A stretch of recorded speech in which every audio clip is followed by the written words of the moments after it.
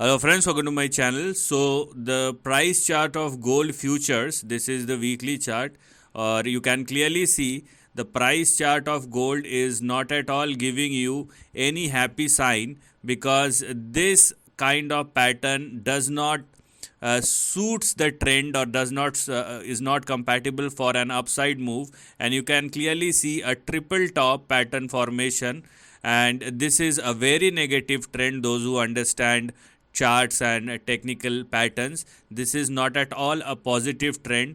And with a very simple observation, you can clearly say that if the price chart of gold unable to surpass and sustain at or above 2093, it's going for a ride but on the downside. Okay, so this is something which we need to understand. There is a very specific, and I would say very simple, or rather clear range in between which the price chart of gold is moving. And if you are looking at the overall trend, it does indicate that it will move higher but after a correction, and the correction continues. It looks more like a time correction rather than a price correction, but at the end of the day, this is a trend which we can clearly see is now getting evolved in the last 2.5 or 3 years. And there is a very specific range or price action, or basically it's a trend or range in between which the price chart of gold futures is, or gold is moving. You can clearly see. So it looks more like a time consolidation rather than a price consolidation. Now, what are the probabilities? First probability, it may correct. It may correct, or test some of, or test at or above this line at any particular point. So these three will probably be the next potential support zone.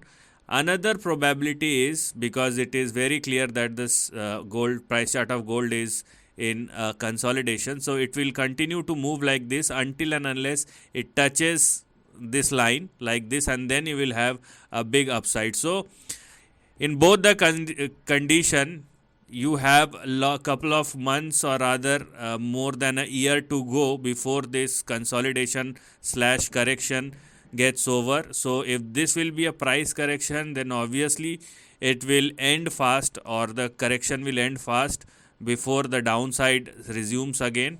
But if it more likely to be a time correction, then it will take longer time before the actual, or before the next up move starts. So it will all depend upon the price action. There is no need to time the trend. What you need to do, just observe when will the support comes, or when will the price chart of gold hits the support, or somewhere near this line, somewhere in between this line. That's what you want. You need not to focus on the time. Once that happen, you will see a big offshoot, and the next move will happen for gold somewhere in between 3,500 and 4,500 or 600. So it's going to be a big ride. It's more than 150% jump, and we are talking about a precious metal like gold and silver. So it's going to be a big ride for gold once that correction or consolidation becomes over.